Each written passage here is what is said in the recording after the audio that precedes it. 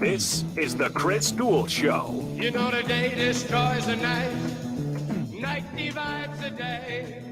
Try to run, try to hide, break on through to the other side, break on through to the other side, break on through to the other side, yeah.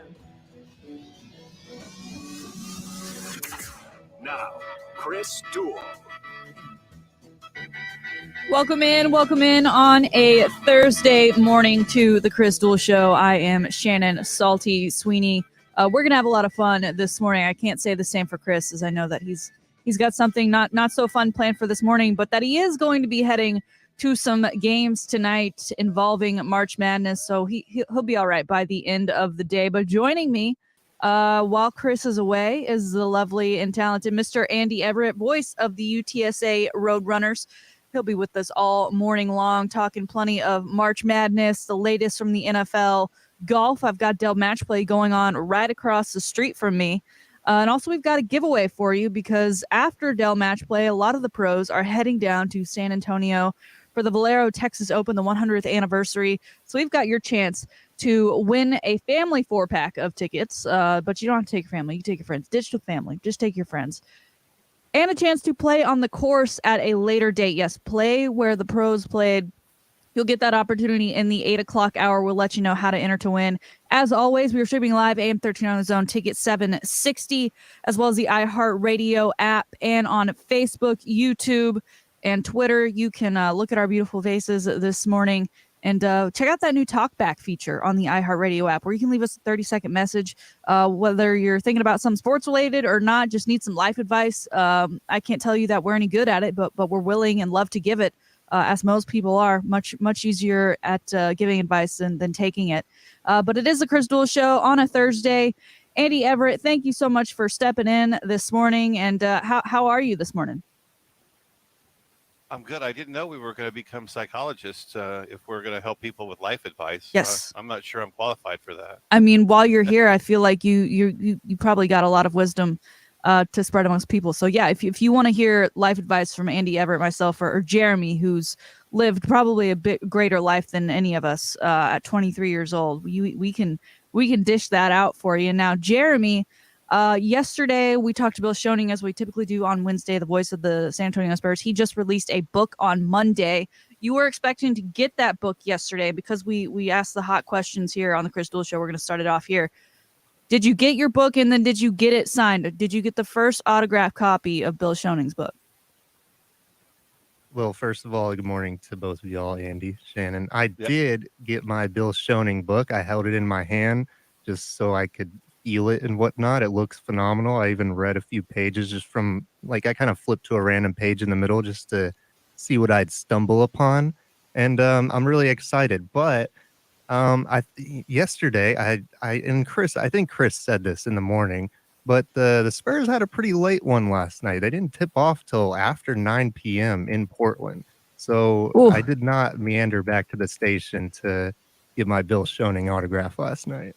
Oh my goodness, Well, 9 not only p.m. that, but Portland decided to tank last night. The Spurs actually played, and I think the Spurs now are a game closer to the play-in game, which they really don't want. But apparently Portland was trying a lot less than everybody else was last night. Yes, final score for that one, the Spurs 133-96. Spurs currently in the 11 spot, 29 wins and 44 losses. And as Andy says, they're now just one behind of the Pelicans. That is a really late one. 9 o'clock. I was asleep by that point. And folks like Chris, Bill Schoening just getting started on their late evening day. We'll probably talk some more Spurs a little on later with Andy, but wanted to get into this right away. And we always have a Twitter poll question for you over on Ticket 760 AM 13 on the Zone Twitter pages.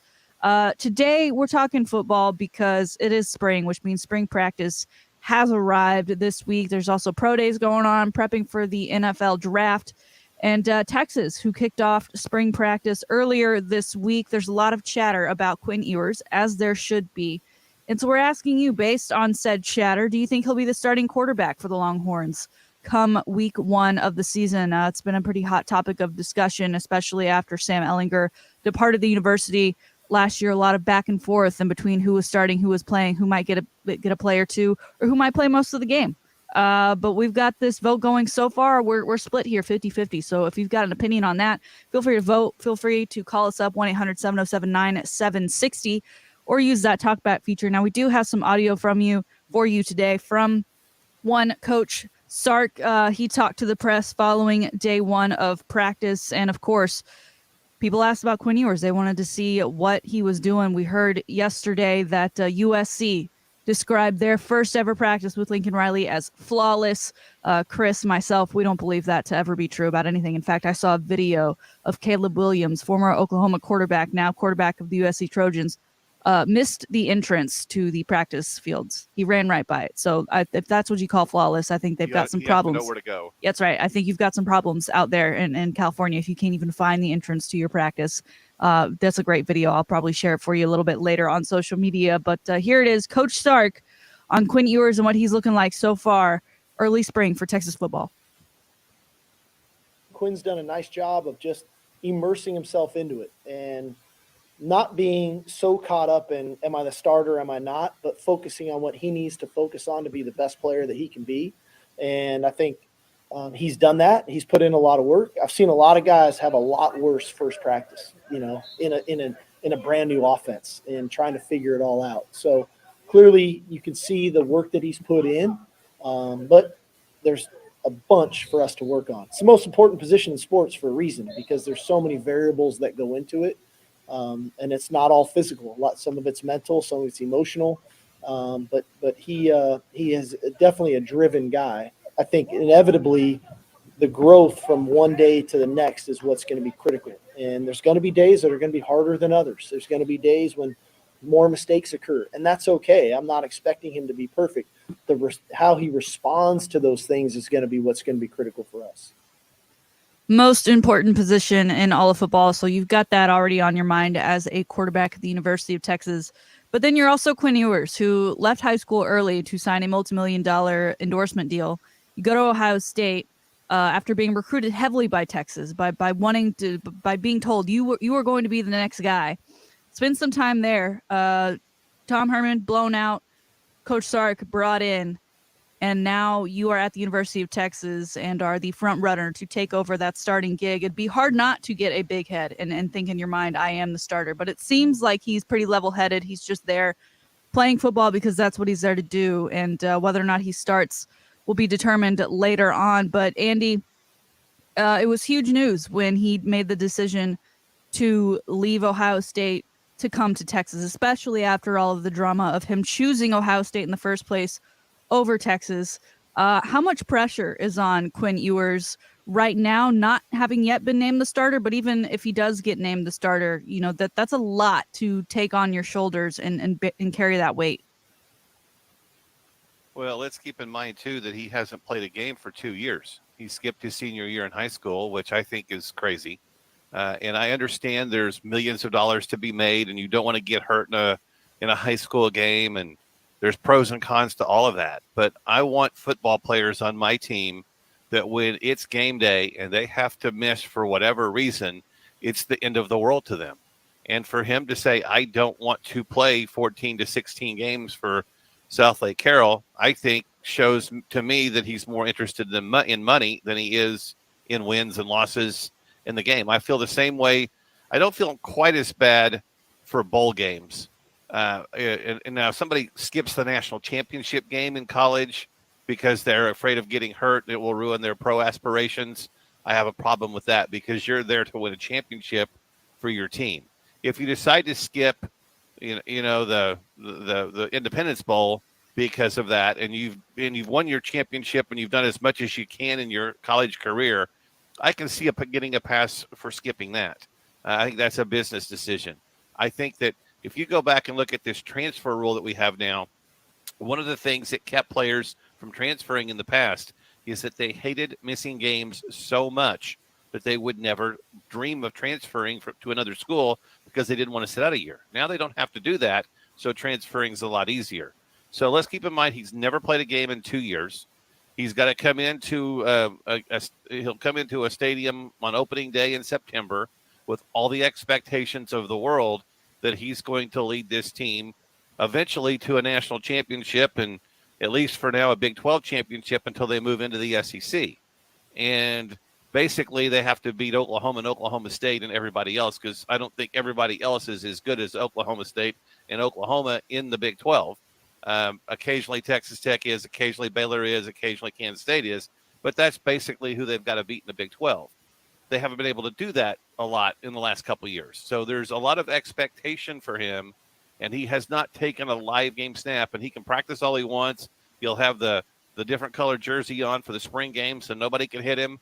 But it's the old Mike Tyson line. Everybody's got a plan until you get hit in the mouth, and somebody's going to hit him in the mouth in that first game against, I guess, whoever they play in week 1 next week. I know they play UTSA in week 3, so hopefully he's got some seasoning in between those 2 games, because I think he's going to need it against Alabama and UTSA. There's certainly a lot riding on him as the chosen one to be the next guy to lead Texas to the promised land. Forget that it's already a lot to be the Texas quarterback, but to be the quarterback who is supposed to take you to that next level, get you into the college football playoff. That's a lot of pressure. We'll get our first glimpse of him. April 23rd is when that spring game will be. That's open to the public. I'm sure that he alone will draw a lot of eyes. Down the road in San Antonio, they've been at it in spring practice. In fact, they had their first padded practice just 2 days ago, after which Coach Traylor spoke to the media and talked about Pro Day, which took place yesterday for the Roadrunners. Of course, after such a successful season, they've got a couple guys that could be drafted here next month to the NFL. And Coach Traylor discussed Pro Day. We're really excited. You know, every team's going to have a representative here. I think that's just awesome. There's a tremendous buzz in our own building. I just hope I can get my current players to go to class, because, you know, it starts at 12. And I hope I don't see all 100 Roadrunners out there cheering for our former players. I hope they're in class, but there's a tremendous buzz in the building. You know, we'll be getting our future guys measured tomorrow as well. So our next group will also get some attention, which, you know, it's just good, because it's just good. It just lets them know. And there's so many things that the scouts have said so good about these guys. I'm really excited for them, for the way they prepared, the way they practiced, the energy level. It makes me proud of where we've come in 2 years. Great season. Birds up. Capped off by some players getting the chance to go to the combine and now doing Pro Day. Andy, how huge is it for UTSA in this program? One of the very first things Coach Traylor said, all 32 NFL teams had a representative out there yesterday. And if you followed Coach Traylor or UTSA on their Instagram, social media, Twitter pages yesterday, there were plenty of videos and pictures to show just how crowded it was. A lot of eyeballs on these young athletes. What does that mean for them? And then the program and the future guys who could potentially be going through a Pro Day themselves there? Well, I think when you look at UTSA's roster and compare it to a Power 5 roster, an Alabama, a Clemson, and I think this is the case with anybody in a non-Power 5 school, there's always 1 or 2 or 4 players that could play and start for said Power 5 team. But they don't get the accolades that somebody on Alabama's team does, or Oklahoma's or USC's, because there's not as many of them. And I think the biggest difference between the Power 5 and the non-Power 5 is offensive and defensive line size. It's really hard to recruit somebody. There's not very many people out there that are, 6'4", 310 and run a 4.6 40. And Alabama and Auburn and Oklahoma and Texas and all the big teams are going to scoop those players up. But there may be 1 or 2. And so UTSA now has that handful of players. I think the first player off the board for UTSA will be Tariq Woolen. Anytime you run a 4.2 40, you're going to get people's attention. And I think when they look at the film and see how much recovery speed he has, that's going to be something that they go after right away. I think the second player that's going to come off the board is Spencer Burford, 4th or 5th round. I hope that there's a way for, I think where Sincere McCormick is going to get he's probably not going to wow general managers because of his measurables, but he's going to wow offensive coaches, especially offensive coordinators and offensive line coaches and running backs coaches, when it's a set scenario in training camp and it's 3rd down and 2 and he gets you 4 yards. or it's 2nd and 6 and he gets you 7. He may not have the breakaway speed. He may not be able to outrun a cornerback, but he's going to be able to get you the tough yards, and he's never going to be afraid to run between the tackles, and he's not going to fumble. And those are all things that there's a spot on somebody's roster for players like that. I was told yesterday that Chuck Wiley and Clarence Hicks had really good days, and so hopefully they get training camp invites as well. Hunter Duplessis is UTSA's kicker, and I believe he had 25 reps on the bench press at 225. He's the kicker. So this guy's a pretty good athlete. Now, there's only 30 kicking jobs in the NFL. There's not like you have usually a backup kicker on your roster.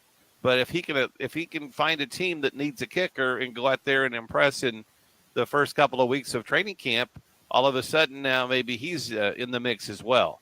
So to have all these players being discussed as potential NFL players is huge for UTSA. It's huge for recruiting.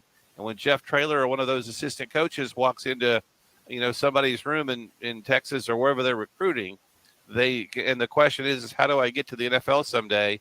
The answer is we've got guys that are going, and we've got 32 scouts that are going to see you at some point.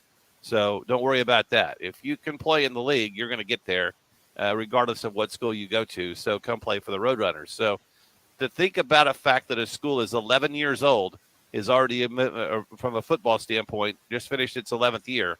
I think that's pretty huge.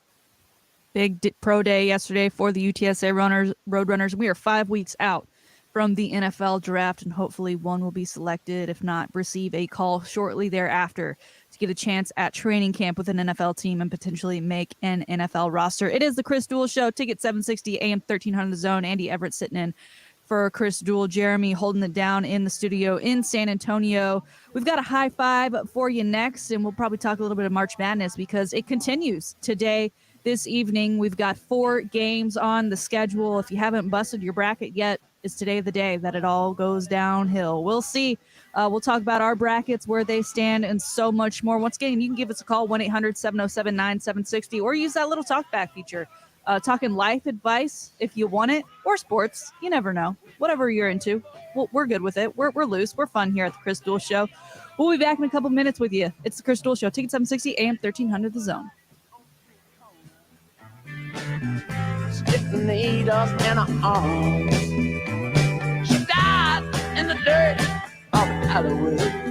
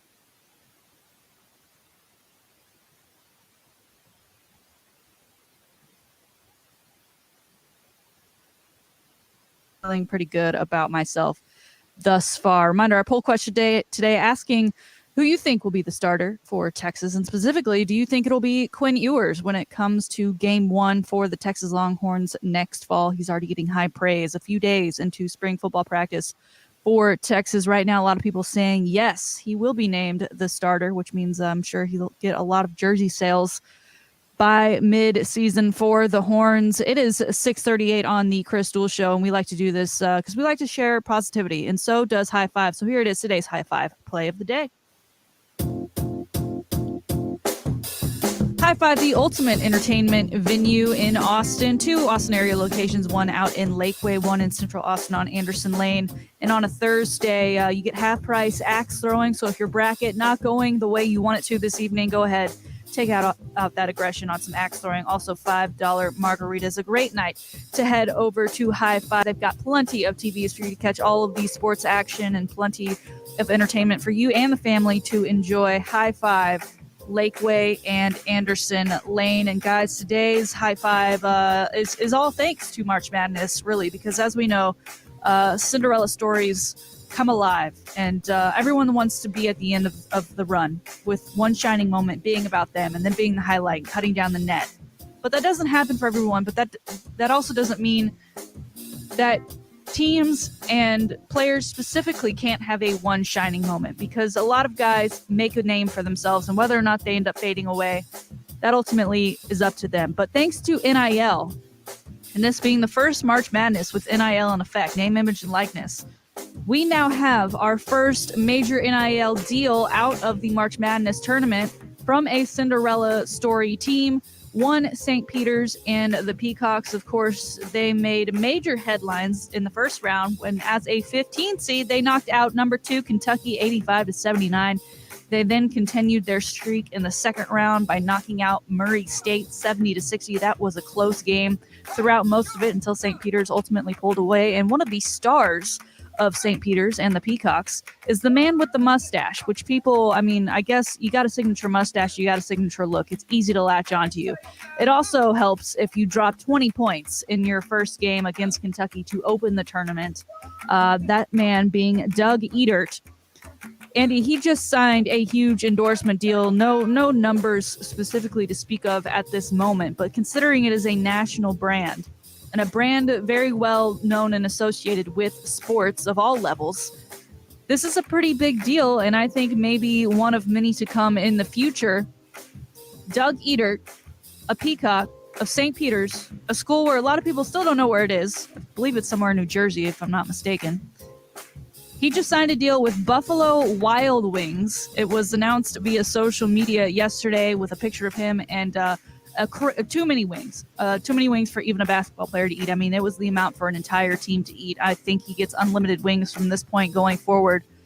Your thoughts on March Madness? We're used to seeing stars being born, and unfortunately we're also used to seeing those stars being torn down as people go and they search their social media, they try to find the dirt on whatever they can because they just love tearing down people. But this guy, in the year of NIL, the first time in March Madness, he goes out and gets him an endorsement deal. He gets a payday, which means, I think, if St. Peter's, who play tomorrow night against number 3 seeded Purdue, that would have been Texas had they won, 6:09 tip, should their ride come to an end, I think he will have had his one shining moment with this Buffalo Wild Wings opportunity. What say you? Well, anytime that you can, get something out of the successes of your team, I think that's what NIL is about. And he's been kind of their guy in this run that they're on.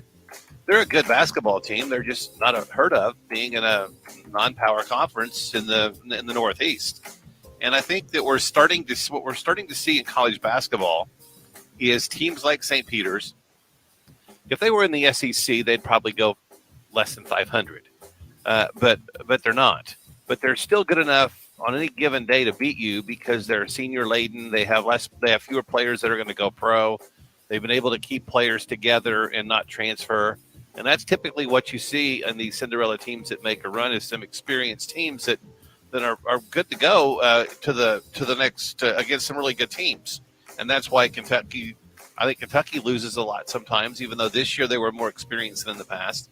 Because if you give me a team full of juniors and seniors against a team full of sophomores and freshmen, even if the sophomores and freshmen are more talented, the seniors sometimes are able to hang around and win games.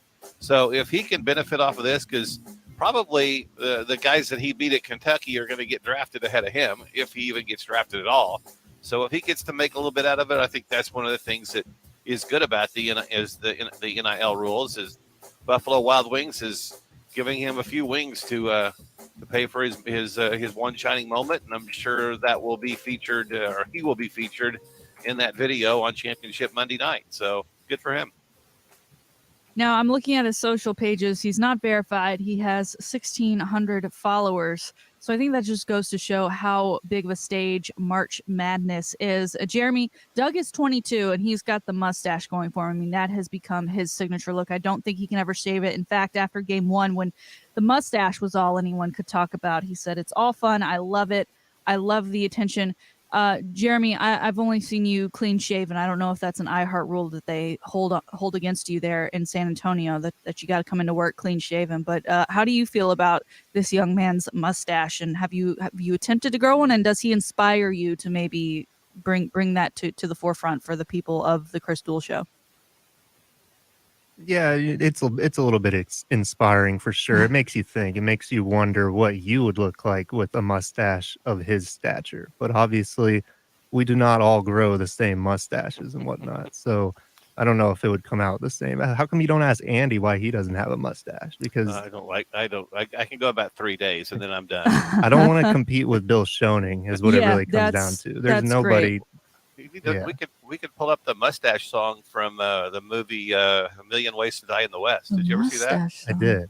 No. Yeah, I think I should start playing that. You don't want to hear it because you'll hear it for the next 15 days in your head. Oh, so. Great! I'm glad you brought it up. If you ever watched the movie A Million Ways to Die in the West, there's back in the West, if you had a mustache, you were more wealthy because you were able to take care of it, and there's a catchy but kind of corny song that went with that movie. Is this the like 2014 version with Seth MacFarlane that you're talking about? Because I thought Seth that got I did watch that movie. It was awful. Yeah. But apparently there was a great mustache song. The more you watch, the first time you watch it, you're going, okay. But the more you watch it, the better it gets. I guess we just got to start playing the mustache song for Shannon. I can pull it up. All right. Yeah, Jason Paniagua on our live feed mentioned the TikTok mustache filter. I actually tested that filter over the weekend. I made a video. Maybe I'll post it here. I put it on private when I posted it because I wanted to be funny to send to my mother, but it might. I don't know. I think I look pretty good in a mustache. Should I ever? Maybe you'll get an NIL deal out of the deal. Yeah, maybe I should go ahead and throw that up. It is. I am using Taco Bell audio during it, so who knows? Maybe something will come of that. Gentlemen, we do have games. Free tacos. That's right. We do have games today in March Madness. 6:09, first tip of the day. Gonzaga versus Arkansas. 6:29, Villanova v. Michigan. 8:39, a huge game. What could be. And a lot of people are suspecting Coach K's final game of his tenure as head coach of the Duke Blue Devils against the Texas Tech Red Raiders. And finally, my hot game of interest, Houston versus number 1 Arizona. Now, looking at my bracket specifically, I've got 3 of my final 4 in. Auburn really hurt me there. But how are your guys' brackets looking right now? And how are you feeling about today's slate of games? I'll let you go first, Andy. I still have Texas Tech and Arizona alive that were in the original bracket that I filled out. But I think the team to keep an eye on going forward is Houston. And this is a team that's a lot better. And again, they're in the American Conference, so a lot of people don't watch them as carefully as they do some of the other schools. But my Final Four was actually not Gonzaga, Texas Tech. I had Texas Tech and Arizona, or Texas Tech and Auburn in the final game, but Texas Tech and Arizona are still there. But I think you need to keep an eye on Houston. I think that game today with Arizona is going to be really critical if Houston's going to continue. Jeremy? My only remaining team is Bill Self and the Kansas Jayhawks. So I don't know why I didn't believe in Gonzaga. I thought Memphis would beat them, and it was a great game. But they could have. Yeah, they could have. But Gonzaga has the best player in the country, in my opinion. I'm not talking about Drew Timme, as good as he is. It's Chet Holmgren, just long term. And I cannot get enough of watching this guy play. Even when he doesn't have like a crazy stat line, it's just something about like he's so lengthy, and he's such a uniquely he's this uniquely built basketball player, but he also has a very unique game in the way he can handle the basketball, and he can shoot threes. So I am pretty much locked into Gonzaga from an entertainment perspective, but I still do have Kansas alive at the very least. Other than that, it's looking pretty ugly in my bracket. Gonzaga, definitely an entertaining team and entertaining games all the way around tonight. I think, number 11, Michigan still being in it. That would be a great story for them to take over against number 2, Villanova. Obviously, we've got Coach K and Duke taking on what people are considering the most unlikely Sweet 16 team this season, Texas Tech. And then, of course, number 5 versus a number 1. Anytime a number 1 plays and can potentially be upset, I think all eyes will be on that game as well. Some interesting things to note in regards to basketball, the world of basketball. Kyrie Irving will now be allowed to play home games for the Brooklyn Nets because of the lifted mandate in New York. So athletes like Kyrie who are unvaccinated will be able to play in MSG and at Barclays. And that goes for the outdoor sports as well. So once baseball season officially gets underway with live games coming in April, there won't be there'll probably still be questions of whether or not players are vaccinated, but they'll be able to play no matter their vaccination status. Andy, your thoughts on this and what this specifically could mean for that Nets team now that they will have Kyrie Irving for both home and away games for the rest of the season? Well, it certainly helps the Nets with a player of his caliber being able to make the run down the stretch drive for them. And there's going to be controversy on this. There's going to be people that say it's about time, and there's going to be others that go, I can't believe you're not going to make players and athletes get vaccinated. But I think if you're going to allow unvaccinated people in the building, which apparently this mandate's going to do, and you're not going to infringe on people's rights to their own medical care and their privacy and all those things, those controversial things. I mean, I don't know. I read this the other day, and I don't know that this is 100% true, but I'll just go with what I kind of got on one of the NBA broadcasts, was that if you played for a team outside of New York, you could come into New York and play, and even if you weren't unvaccinated, up this past couple of weeks. I didn't understand that part of it. But the fact that you can sit courtside unvaccinated, but you can't step 2 feet onto the court and play because you're not vaccinated is crazy to me. It's the same thing where in the past I saw players on the bench wearing a mask, but when they got on the floor, they took it off. It's got to be one way or the other. The virus doesn't discriminate between the rectangle on the floor and a foot off of it sitting on the bench. Yes. So if it's going to affect you sitting on the bench, it should also affect you on the court. So that I thought that was just part of the controversy around this, and none of us really know. I will say this about professional athletes, and there are some that have taken the vaccine with zero doubt whatsoever. They just said, okay, I believe in the science, I'll go do it. It's the greater good. And there's guys like Djokovic, and there's guys like Kyrie Irving. I think Aaron Judge falls into this category because he isn't vaccinated or isn't going to tell anybody what his status is. But they are so careful about everything that goes into their body. It's not just whether or not they take a vaccine or not. Their diet, their snacks, their nutrition, everything is regimented to become this perfect specimen of an athlete. And this machine to be able to perform at the level that they perform at. And I think we have to give the benefit of the doubt to players like that refuse to do this simply because it's best for their health. You can also say it's what about the public good? Are you going to get somebody else sick? I think if an athlete is gets sick, obviously they're going to not be allowed to play if they're contagious and if they're sick. And maybe you don't even know that you are because you're in such good shape. So the controversy's there. But I think that's the thing that athletes want the public to know is that I pay attention to every single thing I ingest. And that's why some of them have been fearful of going down the road of the vaccine. And it was just last week when Kyrie Irving sat courtside at the Nets game for a ticket he paid for and then was fined a day later for being in the locker room with his team. I wonder if now that the rules are reversed, yet the circumstances as far as his vaccination status have remained the same, if that fine will ultimately just disappear. I guess we'll just have to wait and see. But Kyrie Irving now available for home games for the Nets. It is the Chris Duel Show.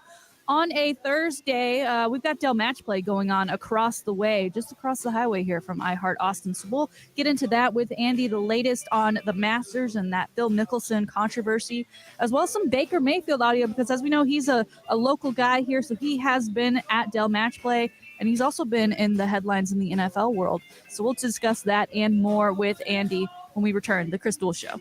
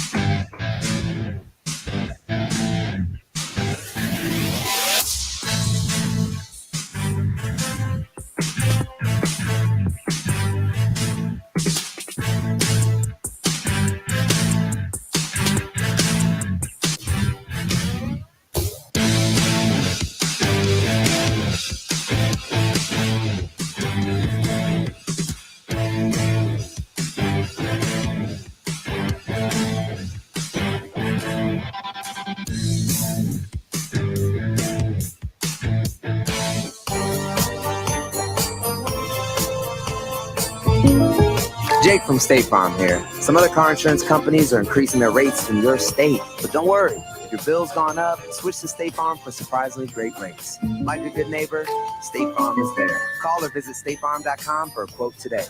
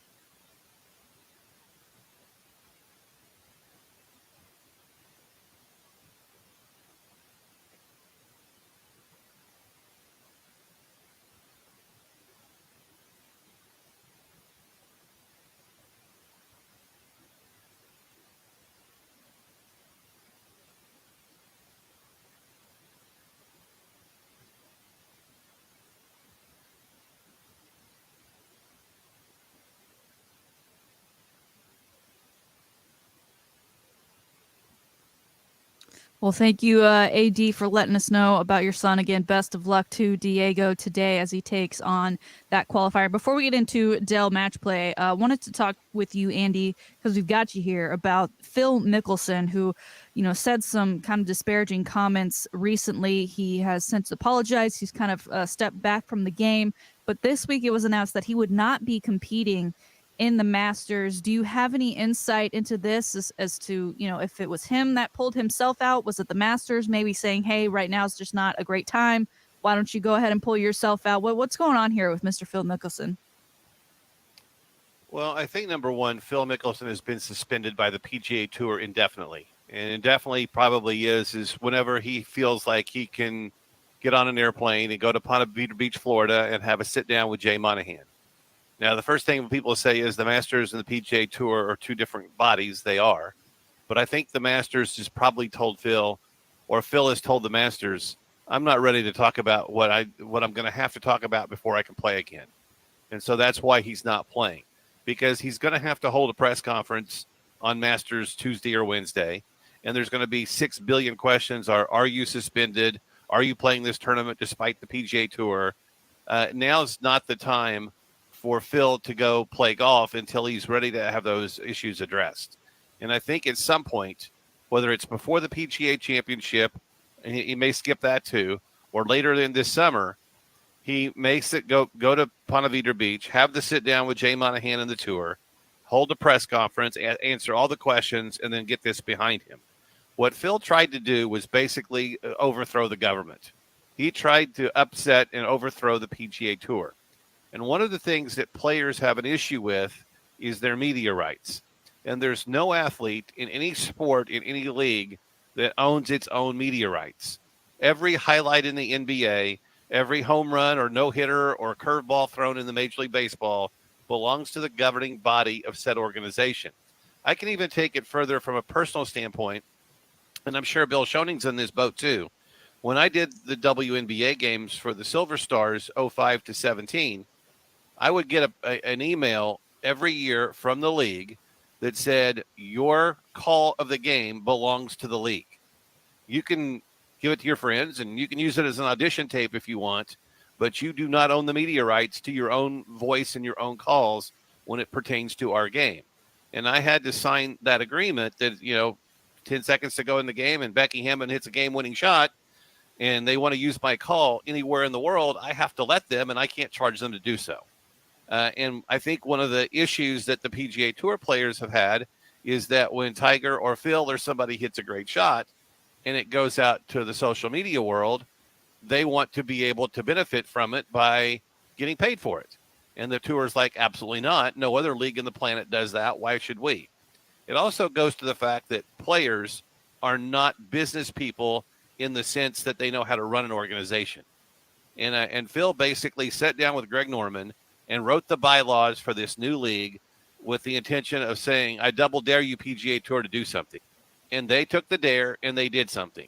And so I think that's one of the reasons why Phil is on the sidelines for now. And I think he's going to have to go to PGA Tour headquarters at Sawgrass and have a long conversation with Jay Monahan. At some point, Jay will undo the suspension because I think the fans want to see Phil play golf. And he's still a fan favorite, whether he plays on the regular tour or the Champions Tour. I think it's going to be a shame that he may not be able to defend the PGA Championship this year. And understand, the PGA Championship and the PGA Tour are also different governing bodies, but they do work together to some extent. PGA is the PGA of America, your local club pro. PGA Tour is those who play golf for a living, and that's the group that Phil and his compatriots are in. So that's the difference in the two things there. And the other part of this too is that the reason the PGA Tour exists is because the sponsors who pay the bills for these events and the 26% that go to purses is because all of these people get a chance to give to charity. Valero is the sponsor of the Texas Open and Dell of the match play, because the money raised, a good percentage of the money raised, is going to go to charity, and they can invite their customers, their vendors, the people that do business with them, to a party for a week, and wine and dine them in the name of charity and write it all off as a charitable expense. And that's why these tournaments do that, so they can give the money that they give to charity. And the PGA Tour gives more to charity than all the other sports entities combined. So if anybody was being greedy, it was Phil. It was a money grab, and it was a way to take a shot at the PGA Tour. And the PGA Tour flexed its muscles. My thought is that they'll never tell you what the suspension is or for how long it is. But Phil is basically on suspension right now, and he and the Masters have decided it's not time to try to lift that suspension yet. It's going to be weird watching the Masters without any reference to Phil Mickelson and what his status is on that leaderboard. Next week, Valero Texas Open in San Antonio. We do have your chance to win tickets later in the show, so be listening on how to enter to win. You'll also be entering to win a chance to play on that Valero Texas Open course, which is pretty neat to get to play where the pros play. But right now, the pros and some of the top pros in the world are all across the street from me this morning at Austin, the ACC. You got here on your notes that ACC is a great venue. It's where Dell Match Play is held each year. And I agree, it's beautiful. Everything from the actual buildings to the course itself. Of course, most of that back nine is on the lakeside. But, Andy, there's that giant hill to get you from one half of the course to the other. And I don't know. I know, like golf, there's a lot of walking already. But that hill, man, I could really do without it there at ACC. But what do you like about it so much as a guy who obviously has played plenty of courses in his day? Well, it fits my eye when I play it, and I've had the chance to play it 2 or 3 times in media events at the club and the tour I've hosted up there in preparation for the event. And when I look at a golf course and I think of what is normally the third hole, the 12th for the tournament, the 13th hole, the drivable par 4, those are holes that I enjoy playing. Now, I don't play it from as far back as the PGA Tour pros play because I'm not going to hit it 360 in the air like they can. But I'm going to play from the proper tee for me, as everyone should. And I think just what you see, the shots that you have to hit are fun shots to try to execute. And everybody has a different opinion on what they like about a golf course. And some like it just from a scenic standpoint, and others like it from, can I play the golf course? Is it fun to play? Is there history behind it? Whatever. But from the golf courses that I've played in Texas, it's definitely in my top 5. And I think it's there's a lot of fun opportunities to hit shots and be very creative. And the 2 nines are very different. You've got the one the holes on what will be the front 9 for the players. It kind of weaves through the trees. And then you've got the holes on the backside that are closer to the lake and kind of are accentuated by that. So it's a really nice golf course. I'm a big fan of Pete Dye Designs, and he designed that back in the 80s, and I think it's a fun place. And for those of you that are members there or have a chance to play it with the member or as a guest at some point, take advantage of it. It's one of the best tracks in Texas. Have you ever hit it into the lake, Andy?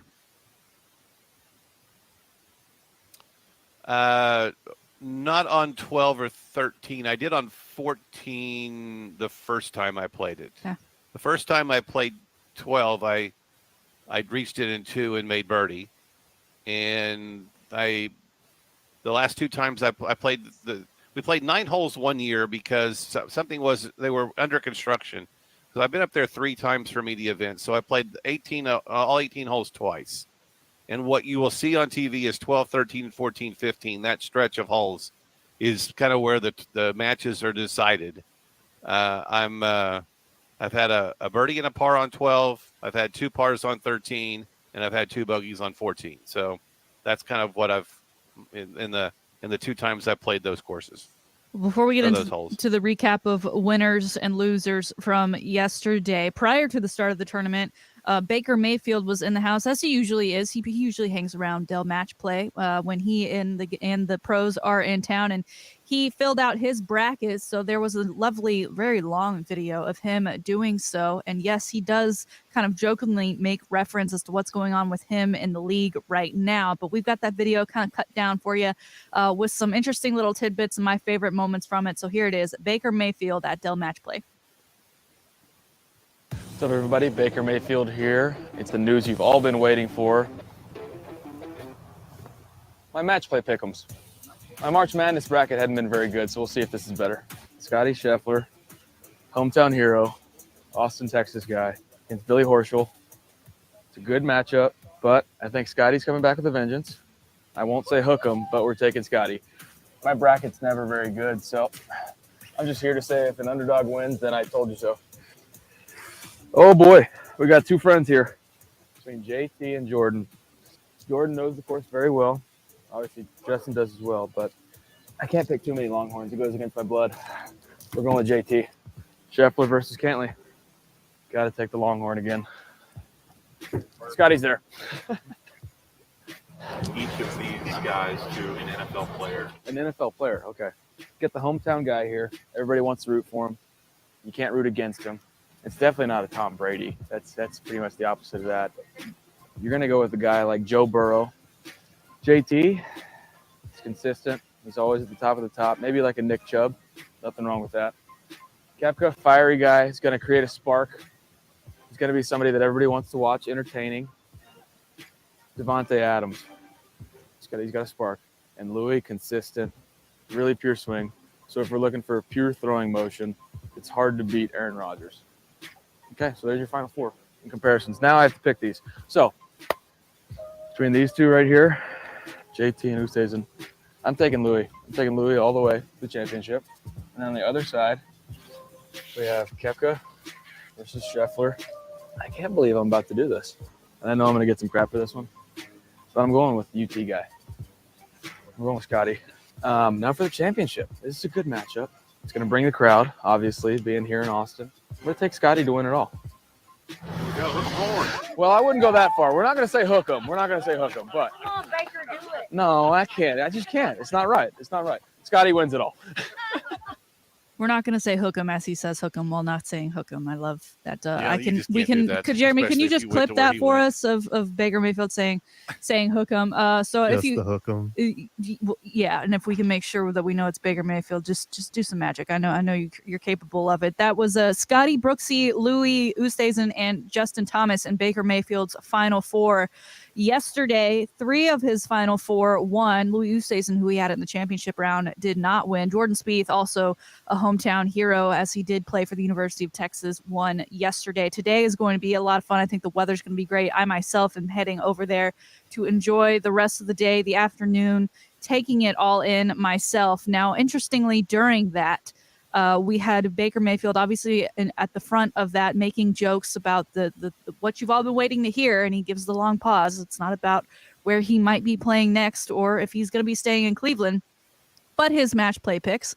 And then later in the picks, he goes on with his final 4 to compare them to NFL players, which I thought was pretty interesting. Now, you, Andy, being so in tune with both the NFL and the world of golf, who would you currently compare a Baker Mayfield to from the golf field that we know today? Oh, from the golf world. Wow. I'd say like a Patrick Cantlay. Well, yeah. Or sorry, Patrick Reed, not Cantlay. Well, Patrick Reed.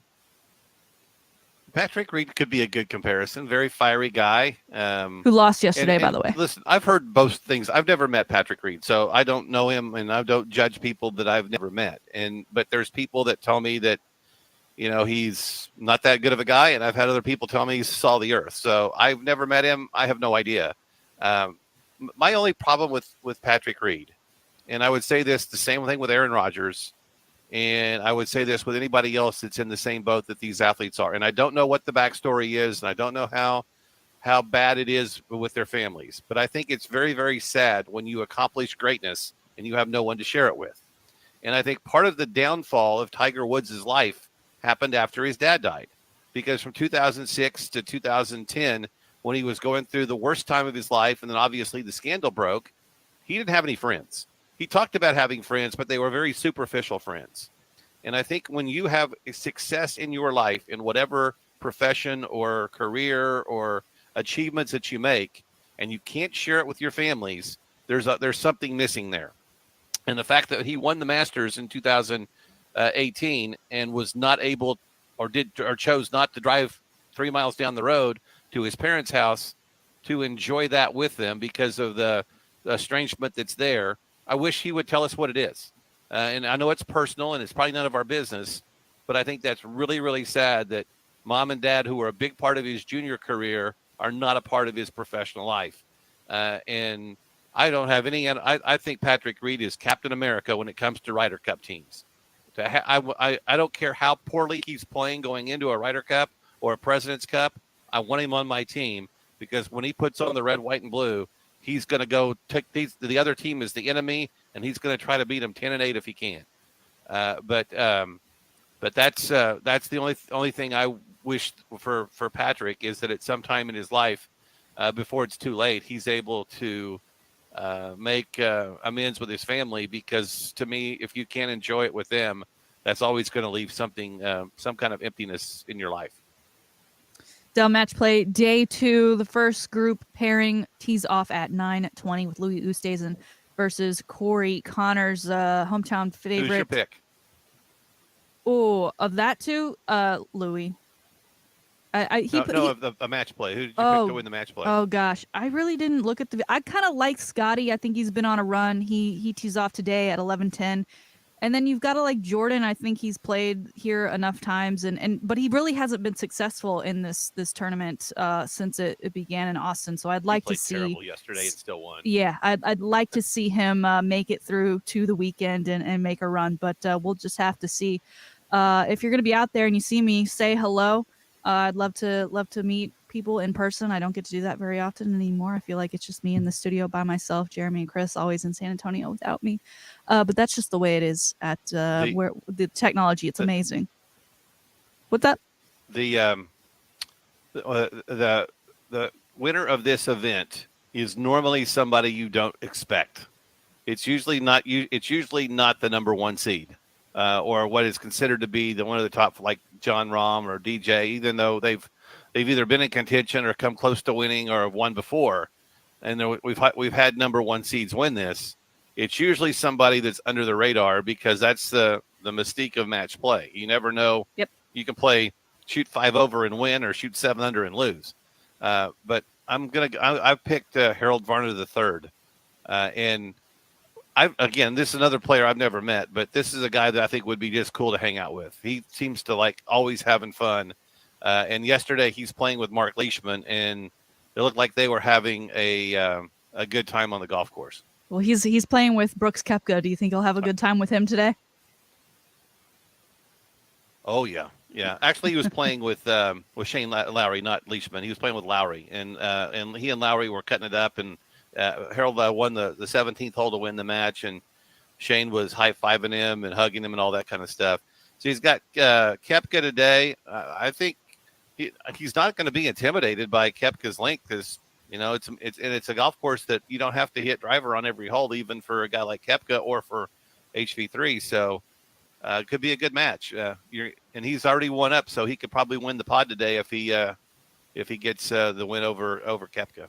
Dell match play, always a lot of fun. Like I said, I'll be heading over there today after the show. Coming up next, we've got sports history, sports birthdays, and a salty shakedown. I'm seeing some messages come in via the talkback feature on the iHeartRadio app, so maybe we'll have time to get to those. Send us a message if you want some advice. We've already got word that Andy actually gives great advice.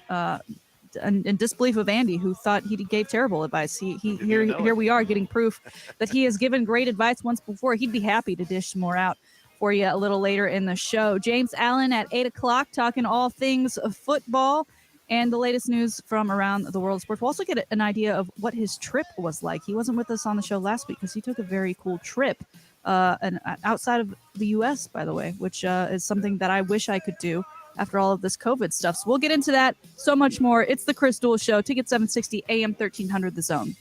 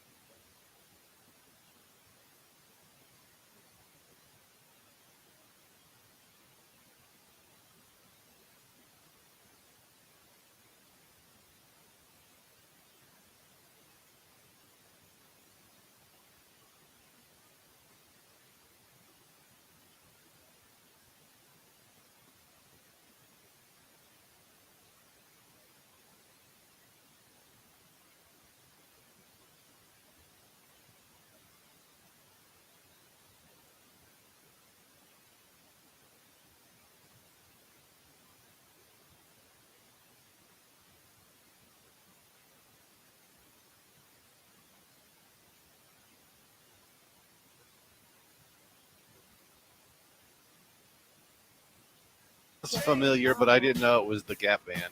Baby, you dropped the bomb on me. That's a good one.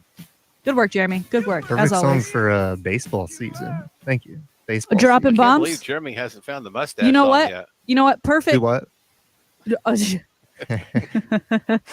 Jeremy, I love that you keep that reference. Keep that in mind. Dropping bombs, baseball season, because I've got something to add. I got to. Since we're layering it up, I've got another layer for you there coming up in the Salty Shakedown. It's the Chris Duel Show on a Thursday with Andy Everett sitting in for Chris Duel. We're doing all of the things here, talking Dell match play, talking football. We've got James Allen of the Pro Football Hall of Fame coming up in the next segment. We've got our poll question for the day asking if you think Quinn Ewers will be the starting quarterback for Texas football beginning next season. 83% currently saying yes, while there is 16% saying no. If you are saying no, I'd be curious as to know why. So feel free to comment or give us a call 1-800-707-9760 or use that talkback feature on the iHeartRadio app. We'd love to hear from you. I see some voice notes coming in for us. I'll try and grab those during the next segment so we can get to them later in the show. But right now, at this time, it's very important. It is March 24th. So we want to know what went on in March 24th in the latter years, the years before our time, sometimes even in the last couple of years. So we've got that for you right now with sports history.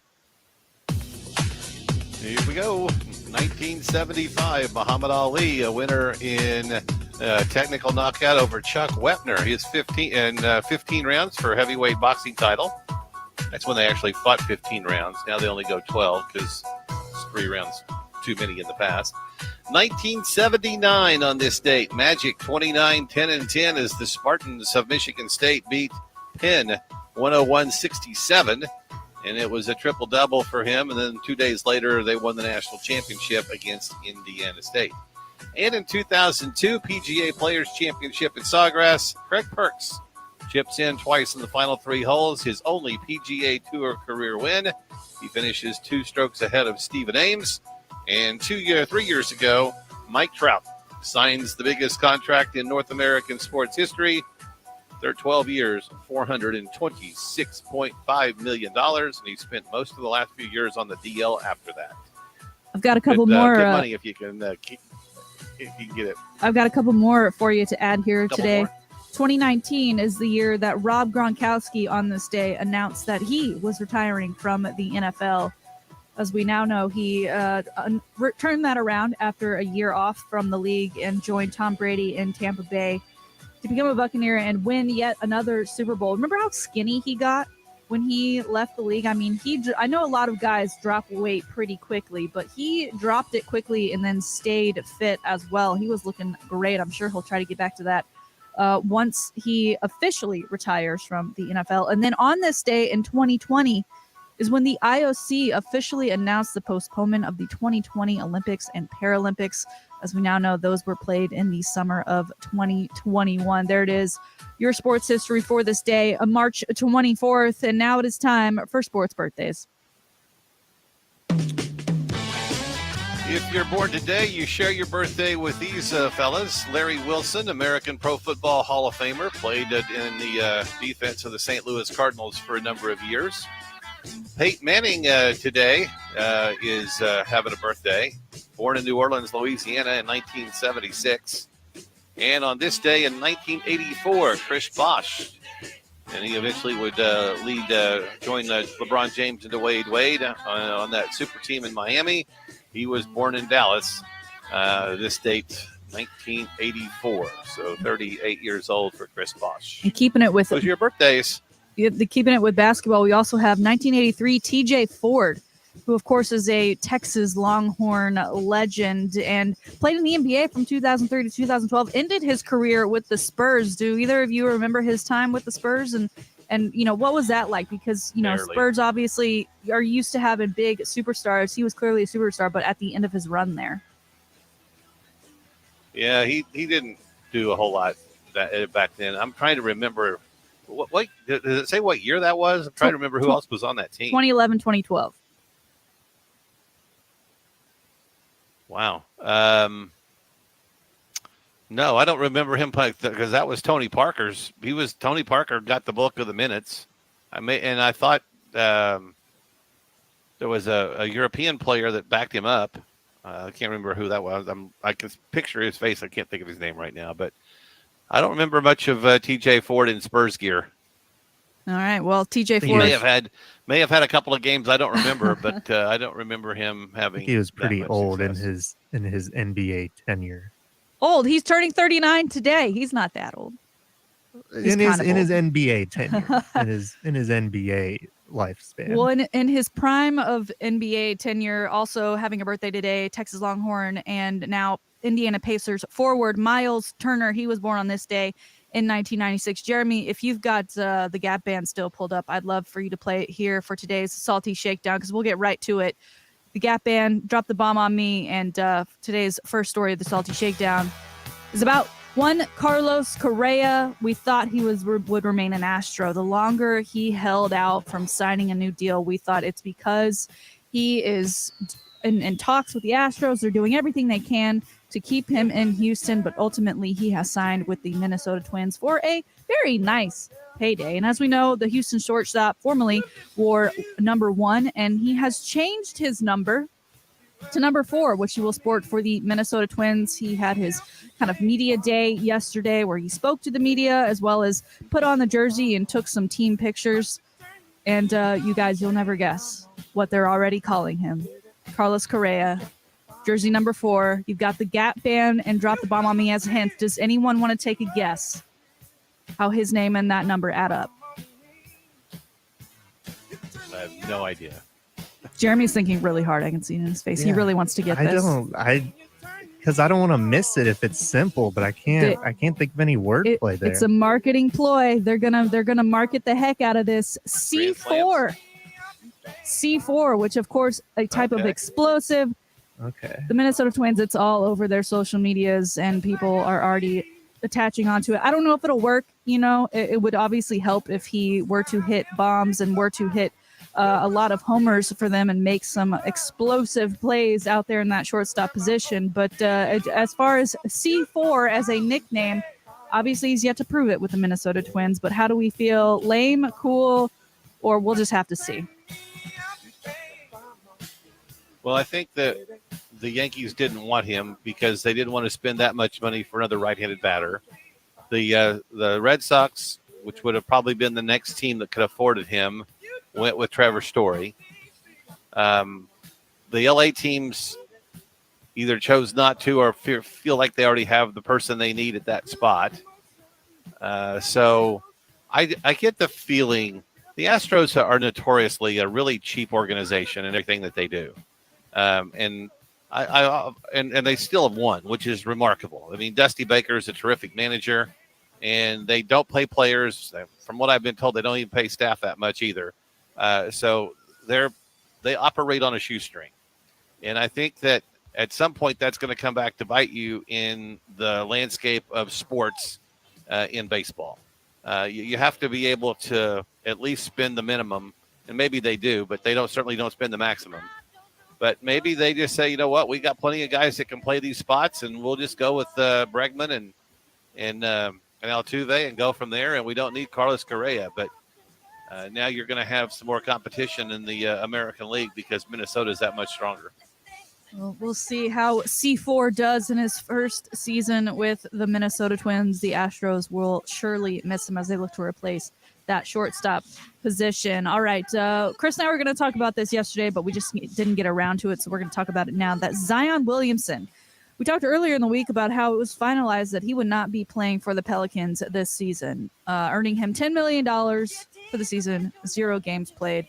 But then yesterday on his Instagram stories, he posted a video of him doing a between the legs dunk. And, you know, that's not like, oh my gosh, crazy athleticism for him, because obviously he is a big man in the NBA and his foot has had some time to heal. It's just soreness that's really been keeping him out. But Andy, I've got to get your thoughts here because, for one, the video itself, him being the size he is, to me, it almost looks like those videos you get in the NFL offseason where you got guys like Miles Turner doing the most on the basketball court. But also, if you were just ruled out for the rest of the season, you didn't even play a game, you've barely played any games when you have been available, You've made nearly $30 million for your time in New Orleans. You may not even come back to New Orleans with rumors that you're unhappy there, that you'd rather go to a bigger market. The week that they announce, you know what, you're just not healed enough to play any this season, you then post a video of yourself dunking in that gym, in the New Orleans Pelicans gym. It just seems like maybe it's not the greatest move. And if I'm a New Orleans Pelicans fan, I'm a little upset about it. Your thoughts, Andy? Well, I think this was predicted to some extent when he was drafted by New Orleans several years ago. And that there was, again, another organization that is notoriously cheap is the New Orleans Pelicans. And they are in the smallest market in the league. And their front office staff and their coaches and their budgets and all that are very, very low. And if you're going to win in the NBA in a small market city, you have to follow the model of being able to take care of players and being a players team. And that's the model that the Spurs have had for the 25 plus years that Pop and RC and that regime has been in place. It's always about players first. It's always about staying in nice places. It's always about doing everything first class, because we don't have the amenities of a New York or an LA. We can't put an ocean in South San Antonio that you can have oceanfront property on. So we can't do the things that those cities can. So you have to do what you can do to make players happy. And that doesn't necessarily mean you're still going to attract free agents. But for the most part, other than maybe Kawhi Leonard, the Spurs have been able to keep most of their draft choices. I think this was predicted the day he was drafted, that he would play 4 years in New Orleans and leave. And I don't see anything different.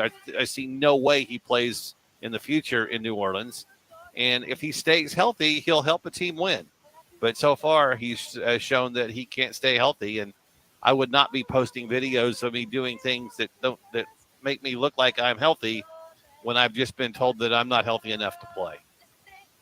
Some people, upon seeing that video, speculated that it was old, but one onlooker noticed he was wearing the new Zion 2s. Of course, he's signed to Jordan Brand, that $13 million deal, so it is very much a new video, and I'm sure it is a little disappointing. How does a Duke player get a Jordan Brand contract? When you blow out your Nike shoes in the middle of a game against your all-time rival on national television, minutes into the game, and also injuring yourself in the process. That's how that happens. All right, finally today, I'm not sure how into VR you are, Andy. I myself have an Oculus 2 set. I don't use it all that often. I really need to spend some time to get into it. But VR is taking over whether you like it or not. And the NFL has now partnered with Status Pro to make an official NFL game that will come to the MetaQuest as well as the PlayStation VR set. There's no date yet. There's no name yet. However, Status Pro is already using this technology for player data for AR training with a couple of NFL teams. So this technology is already being used. They're just now looking to create a lifelike first-person experience, and they're hoping that this will be like Madden, where they release it annually. There'll be updates and so forth. Listen, I don't really play Madden, but I think I'd jump on this if I got the opportunity to play football as close as I could ever maybe get to in real life at the NFL level by doing it in VR. Does this intrigue you at all, Andy? So this is the thing you put the goggles on and it makes you feel like you're in the game? Yes, sir. It'd also be terrifying, 300-pound men running after you.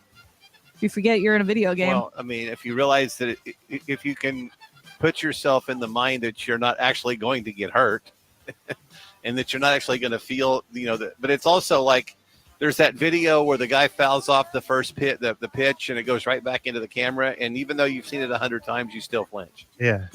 So yeah, I guess that would be the experience that you would get from it. If somebody handed me the headset and put it on and I experienced it, yes. If I'm going out to purchase said equipment in game, absolutely not. I'm intrigued. I already have the headset, so I've got that hurdle conquered. There are some, I think Patrick Mahomes has sort of a game that's probably a little bit of a pitch and catch, but it'll be interesting to see how they do this, if they pull it off. And if in turn it'll really compete with Madden, which of course the NFL, I'm sure they get a little something from that with licensing and other. There it is, today's Salty Shakedown on a Thursday. We've got James Allen coming up next. And for those that aren't friends with him on Facebook, he was recently in India. And I believe that's correct, right, Jeremy? Is that where I believe that's where he was? Yes. I believe it was India, yes. And he looked like he was being treated like royalty. I mean, there's posters with his face on it. He's getting escorted around.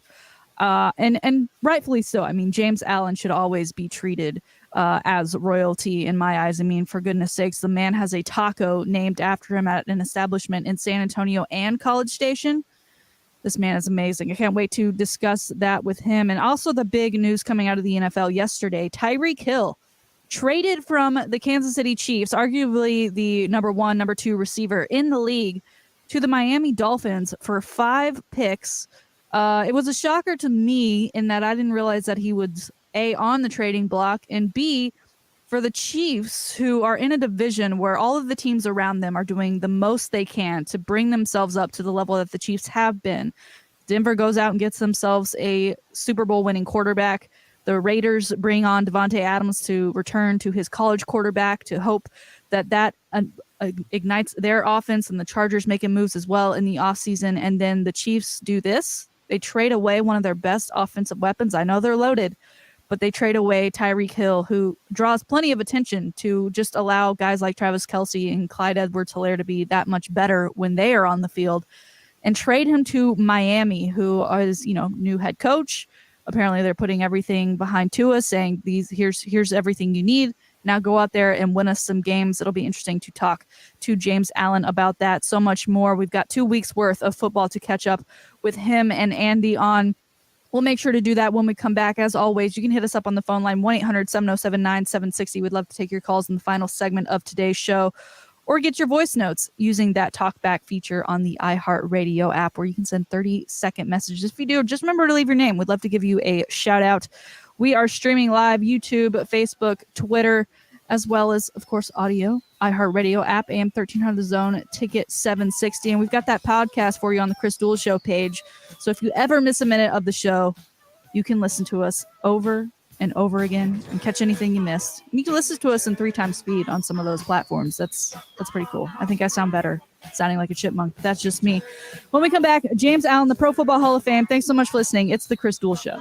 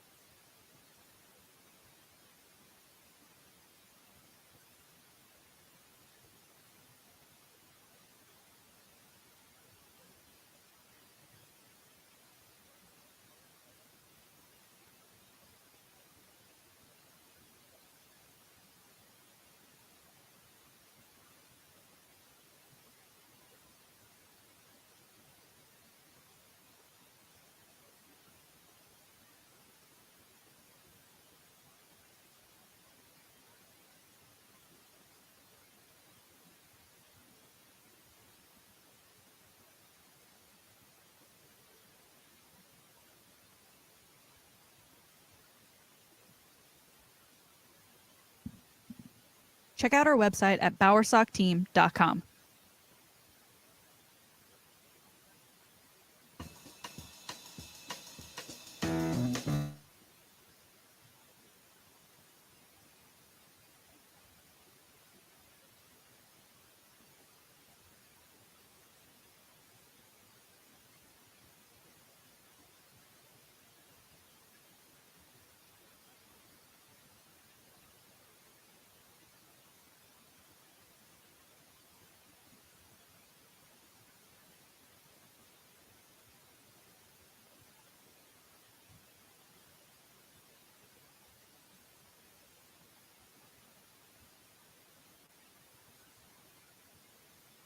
Playing some great music for us this morning on the show. We are, of course, streaming live video as well as over the airwaves. And I was just listening to our talkback notes that we've received today, one of which from the lovely James Allen, who we will talk to here momentarily. And he mentions me, and he's, gives me the hook 'em horns and gives the boomer sooner to Andy. And then he mentions Jeremy.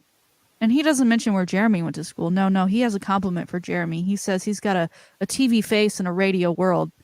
And I'd just like to know what James maybe thinks of my face and Andy's face, because we didn't receive that same type of love. No, I'm in the radio. I'm in the right medium. Good morning, Mr. James Allen. How are you and your face on this Thursday? Hey, my brother Jeremy always has walk-up music for everything else, and he's always kind of, it's the Chris and Shannon, Salty, Sweeney, and everything else. So just trying to lift my brother up a little bit, but I'm doing well. And Andy, good to talk to you. Big fan of college and golf assessments that you do. So I'm doing great. And by the way, Gap Band, Drop the Bomb on Me, one of my favorite songs of all time. But I'm doing well. So good. Jeremy, I see you smiling. Awesome. I mean, did he just make your day with that compliment? Well, James Allen always makes my morning, to be honest, when we get to talk to him. But yeah, it's a good morning over here. James Allen, we are friends on Facebook, which, let me tell you, that's an elite level club, because I rarely get on the Facebook. So I can accepting a friend request is like a feat for me. But you were posting a crazy amount of photos from a recent trip you took. It looked incredible. Can you tell us a little about where you went and what you were doing? Yeah, it's a long story. I being relatively newly single and kind of wanted to get back into my spiritual roots. And in 2003, my home church has been Community Bible Church with Pastor Emmett for a long time. Became friends with Peter Spencer, who founded Harvest Church. He was off on his own. I went to go to a fundraiser for him, and there was a guy in the corner who took like 5 days, and he had a church of 15 people from India.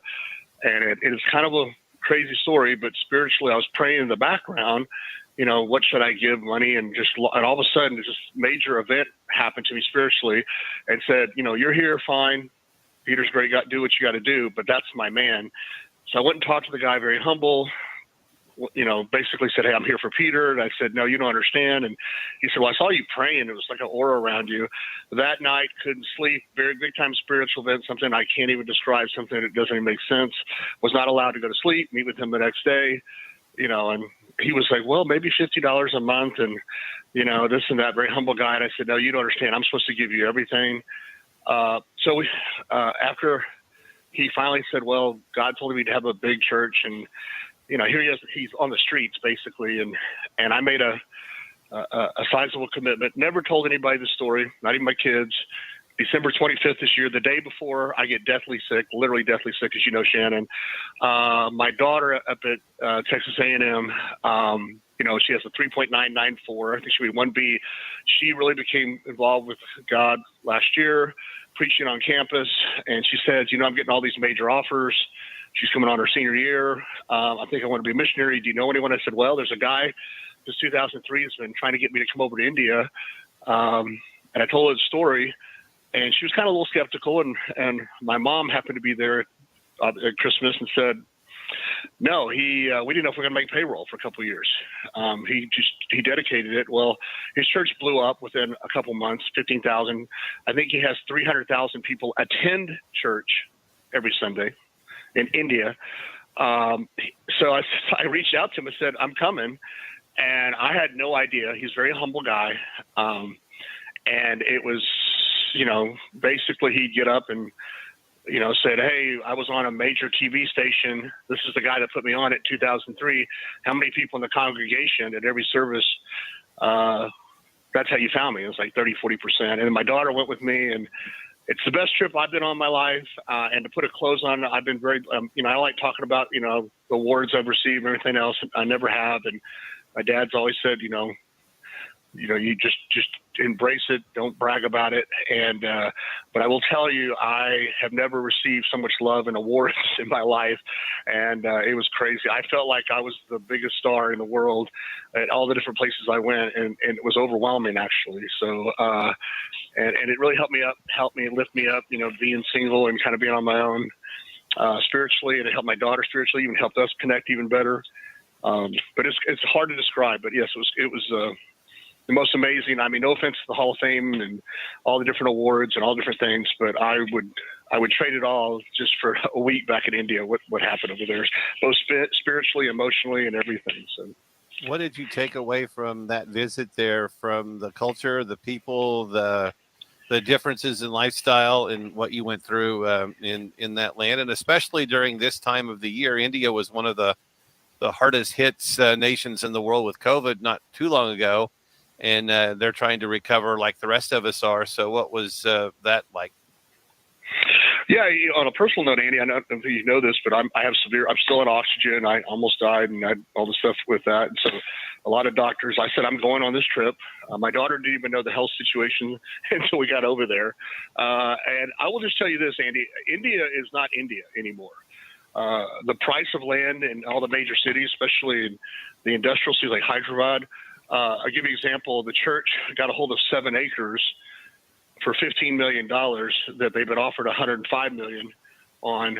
And if you do that per acre, that's bigger than downtown New York, Tokyo, anywhere. India is huge, booming, yet the humbleness of the people will drive or walk will drive 3 to 5, 7 hours just to attend a service on a Sunday. And it blew me away of when you strip away all the excuses like traffic and everything else. If you really believe in your, I think my big thing is we're all going to die. I've read the Quran. I've read all that stuff. I mean, I read all that stuff. And if you strip everything down, it takes away a lot of your excuses, not only just spiritually, but in life. And these people are smiling and happy, and whether they have money or not. And they're just glad to, we're very blessed in America for a lot of things, but there's a lot of reasons we shouldn't be complaining. So that reminded me firsthand, and being embraced in it and being in the middle of it. I mean, we barely slept. I mean, one time I think we slept 3 hours of the nap. We did 26 hours straight going to all these churches and driving to all these places and meeting all these people. It's definitely changed my attitude even further, like it used to be, to just realize that you were all going to die. And, if you're blessed to be able to drive 30 minutes in traffic to get somewhere, be thankful for it, because I don't know. Andy, it's a great question. It would take a long time to answer, but it's just in an industrial place, which, no offense to Dallas, Houston, and San Antonio combined, more buildings, more people, more wealth, yet more humbleness, more thankfulness than we have here. It just reminded me, just to be humble and be very thankful every day. Well, with your trip, we weren't able to talk to you last week, and plenty of things going on around the NFL, specifically with quarterbacks. Denver Broncos get themselves a Russell Wilson, a Super Bowl winning quarterback. This feels very much like when they acquired Peyton Manning and then ultimately won a Super Bowl with him. And then the Browns, Deshaun Watson is named as a potential guy for a couple of teams. The Browns seemed out of it, and then a U-turn was made. Deshaun signs with the Browns, leaving Baker Mayfield in limbo. Your thoughts on all this QB movement, and what you think might happen to Baker? Yeah, well, Baker, who is a great guy, is, as time goes on, he's going to realize that the more you sit around, your options are going to be limited. I know that when he first was going out, he said, he wanted to be, he got to pick what teams. He wanted to be to Indy, Atlanta, and New Orleans. Well, and he has an $18 million guaranteed contract and injuries and some stuff like that. And people are just not sure of a lot of things with him. And so while he's being kind of, and rightfully so, negotiations, then Matty goes to Indy and, Marcus goes to Atlanta and Winston goes to New Orleans. So he's, maybe except for Seattle, he said he didn't want to go to Texans, Lions, or Panthers. So pretty soon you're going to be limited to what you can pick and what you're going to be able to do. So that's where he's at. As far as the Deshaun Watson, I think that's probably, I would say, the top 3 trades in history. Herschel Walker, number 1, RG3 4 first-round picks, which Dan Snyder did, which was crazy. And I think Deshaun Watson is right there, number 3, and specifically because it's fully guaranteed for the 5 years. I mean, even Aaron Rodgers didn't get that. So that deal, and plus all the the trades and all the people, that deal is one of the. And not only is it precedence for how we're getting to a point in the NFL, especially in the quarterback position, but furthermore, guaranteed, and given his situations and everything else, it set kind of a new bar, as we go up. I mean, look at Russell Wilson. Russell's 33 years old, and I think it's like one of the 4th biggest trades in history. What was given up to get him? I mean, what do they have? 5? Seattle got 5 draft picks and 3 players, 2 first rounds, 2 second rounds, and I think a 5th rounder, if I remember right. And that's just crazy. But if you remember, I talked to you and Chris about this, and Andy could jump in, of course, as well, is that what the Rams did with Stan Kroenke, the owner of the Rams, which is, I want to win now. And he went out and traded the farm for Matt Stafford. And remember, I said, this is the way the NFL works. People kind of tend to herd mentality.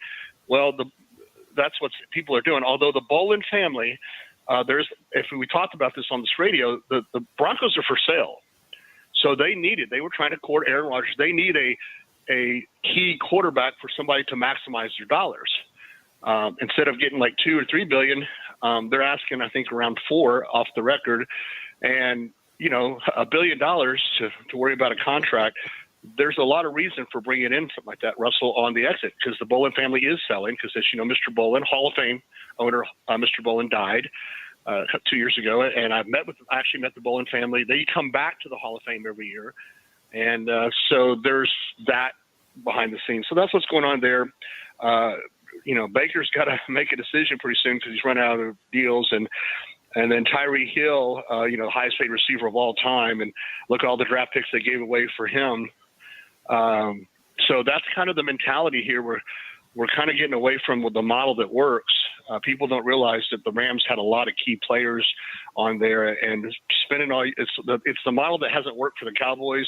Spending a ton of money on 1 or 2 players in the NFL. It works in NBA. It doesn't work in the NFL, but that's what's going on.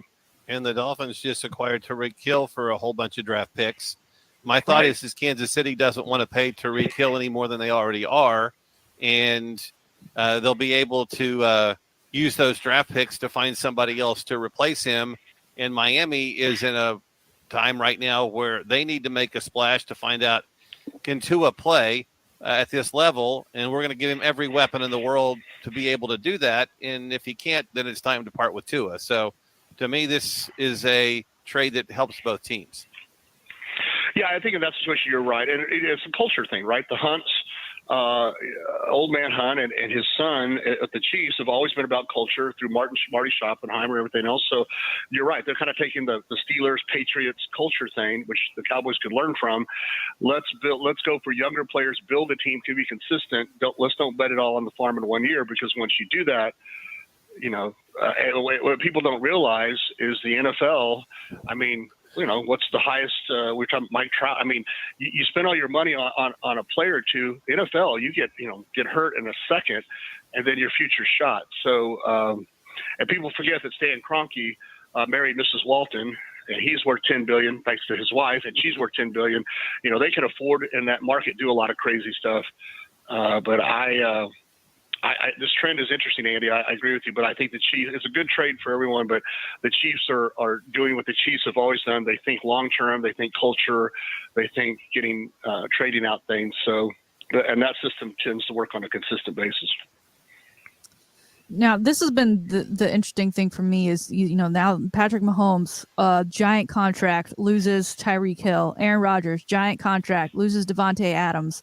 Then Dak Prescott, giant contract, loses Amari Cooper. I mean, clearly, as I've always known, the value of a team is in the quarterback. But are you seeing from this NFL draft enough receivers that could maybe be a diamond in the rough to be that next Tyreek Hill, Amari Cooper, or Devontae Adams for these teams? Wow, that's a little out of my wheelhouse. You brought up a good point, diamond in the rough. I mean, who knows, right? Diamond in the roughs do show up at every draft. But a lot of it has to do, I remember when I was talking to Troy Aikman about this, he's kind of, he's very calm about it. He says, I'm tired of people talking about ability and everything else. It's also the system you get plugged into, right?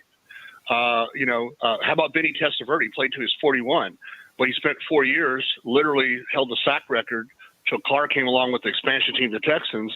So diamond in the roughs also have to be in the right system and the right culture. And unfortunately, what Tom Brady did teach us, which he did, he refused big contracts, kind of did what David did and Tim did for the team, David Robinson, is, hey, I want better players because I want to win. I don't need an extra this. And, then Matt Ryan almost won the Super Bowl. He demands, and everybody's running around. Tom Brady just keeps winning Super Bowls and getting better players. And that's one thing the people have to realize. A quarterback, also, you have to get a guy that wants to win and make money and willing to work with the team. Now, to Dak's defense and Ezekiel, that was on Jerry Jones because he had chances to lock things out and he just wanted to overtrade it. But not picking on my brother on the Hall of Fame board, Jerry, but that's a long way to tell you it is an important position, but it's an important position. Like Troy Aikman will tell you, 32 guys all throw and they're all great at the NFL level. They are.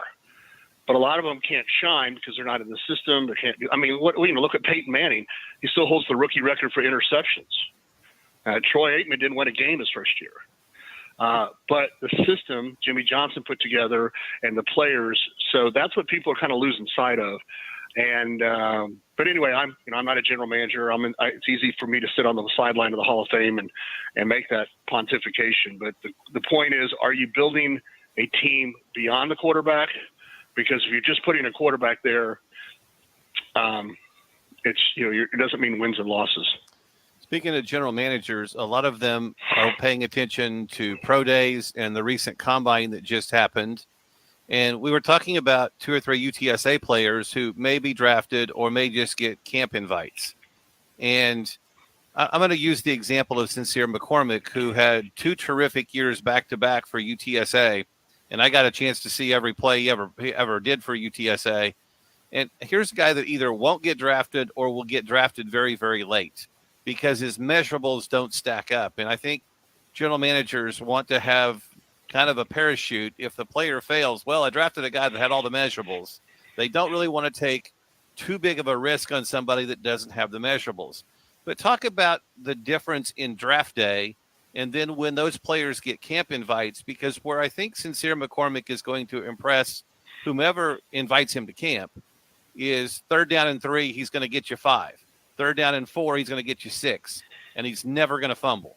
And they're going to realize that pretty quickly that he can get the tough yards, and some team somewhere is going to have a need for that. Can you talk a little bit about the difference in not drafting a player like that because they don't have the measurables, but a player like that making the team because of how they impress in the camp? Well, you're exactly right. The problem with the general manager, and I've been blessed to talk to, I think Bill Pullen is probably one of the top 2 general managers, Hall of Famer of all time. And everywhere he went, he won. He did stuff like what you talked about, including bringing Brett Favre, who shouldn't have been playing in the pros, long story short. But in that vein, Andy, you're right. They have to have a parachute because they still respond to the owner. And, they do have to say, well, he did everything else. And the thinking is, well, if not, there's always another general manager. He's a great athlete. There's a great line that says, looks like Tarzan, but plays like Jane. He looks good and smells good on the measurables, so we could trade him. You're right. That is an undercurrent that happens. However, a lot of people, we only have 7 rounds. It's just 7 rounds. And so a lot of people make it through camp. And if you can get around the mental thing, which I think being out of UTSA, they will, it's not like you're coming out of even though, I shouldn't say UTSA football kicked butt, but I mean, you're not talking one of the alleged longtime elite plays. The mental thing to some of these players, they get to camp, they don't get drafted. They're just kind of like frustrated, a mental thing. But what I love about guys like coming from UTSA or some of these smaller schools, as far as the elite version of it, is they work their butts off and they make the team. And I can assure you, they watch. But it comes down to the general manager and even the coach. I mean, look at Kurt Warner with Dick Vermeil. You could go to Brett Favre, shouldn't have been playing the pros. A real quick story on him. Southern Mississippi was the only person offering him a contract, a college scholarship, because of his dad as a coach. And his coach sent it to the general managers, and Bill Pullen will look at any player you send him when he was general manager. I don't care if he's from Slippery Rock or whatever university it was. And he wrote back and said, not that great. And the guy said, his senior year, he got in a bad car wreck, his back brace, and that's how he played. Look at his junior year. So Bill Pullen said, okay, wrote it down the notes. Atlanta drafted him on an accident. Showed up to camp. They said, get out of here. And Bill Pullen says, I'll take you. And you have to have a general manager like that whose eyes and ears. And that's why general managers really are paying attention, Andy, because they're finding out in the pros, a lot of these people that last a long time and have a great attitude in the locker room are people that didn't get drafted, and they worked their way back through camp, and they just, because they only had 7 rounds. So it's a very narrow gate, and you're exactly right.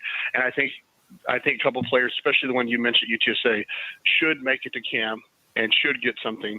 And if he doesn't get it the first time, he'll get it, somebody else will be looking at him and put him on the practice squad and work his way through there.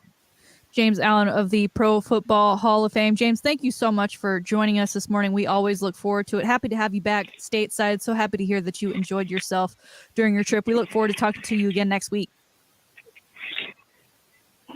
Yeah, thank you. Thank you, Jeremy. Thank you, Andy. And thank you, Shan. Thanks for everybody listening. And go Spurs, go. And let's see what happens. It's going to be interesting with all these trades.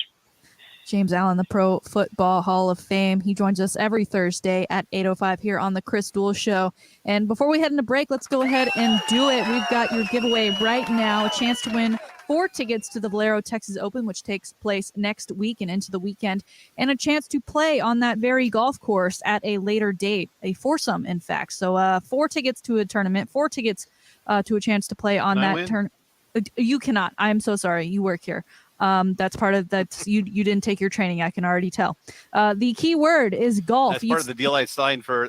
Yeah, exactly. There you go. Yeah. The key word is golf. Take that over to AM 1300 The Zone or Ticket 760's contest page. Enter that keyword for your chance to win tickets to the Valero Texas Open. When we come back, we'll get Andy's thoughts on Baker Mayfield, where he might go, where he might end up. And finally, I'll get Andy's picks for Dell Match Play and kind of pick his brain on how I should attack that course today as I head over to ACC following the show. It is the Chris Duel Show, Ticket 760 and AM 1300 The Zone. Sunglasses. Oh, yeah. Oh, yeah. Oh, yeah. Spied a little thing and I followed her all night.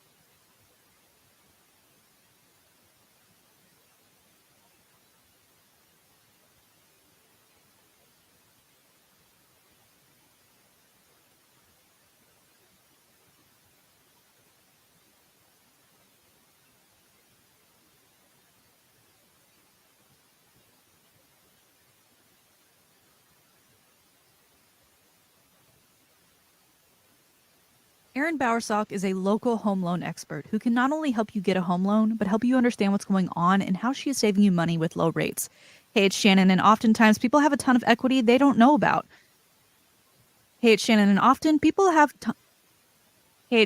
oftentimes people have a ton of equity they didn't even know about. The home loan expert's average client last year received over $54,000 in cash. What would you do with that extra $54,000 on hand? Get started by contacting Aaron at 512-894-8737. Get started by checking out Aaron's website. Get started by checking out Aaron's website at bowersockteam.com.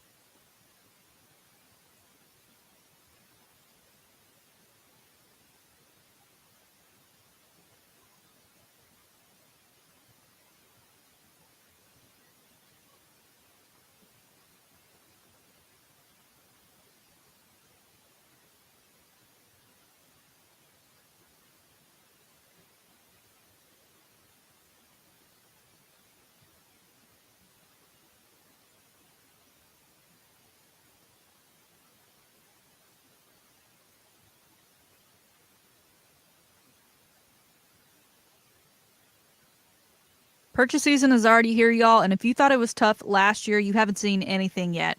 Hey guys, it's Salty, and it's being predicted that houses are going to sell at record speed. And with the housing market being so hot, the competition's going to be tough. You're going to want to have a strong mortgage lender on your side, like Aaron Bowersock, Austin's home loan expert. Learn more about Aaron and what she can do for you at Learn more about Aaron, the home loan expert, at bowersockteam.com or give her a call at 512-894-8737.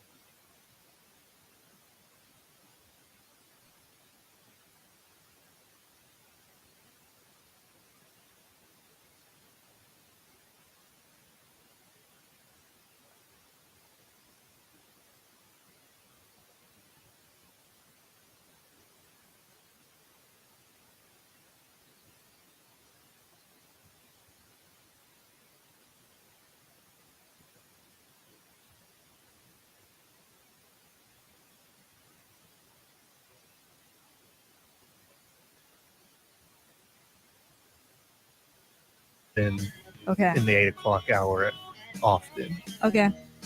We know him. We don't know. We can't name his music off the top of our head, but we know who he is. We know who you're talking about. I know what the statue is in town, so I'm cultured in that way. Andy, Stevie Ray Vaughan fan? Yeah, not particularly. I mean, I'm I love not the a honesty. fan. I just don't really know what he sings, to be honest with you. See, I'm.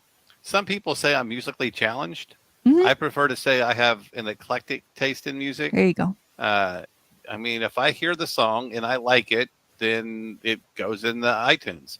If I don't, it doesn't. And there are some classic songs out there I could care less about.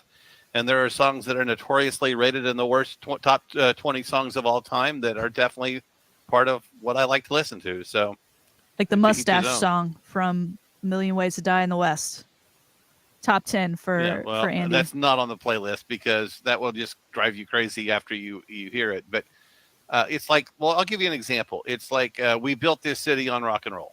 If you look at any list on any internet site, it's listed as one of the worst 20 songs ever recorded.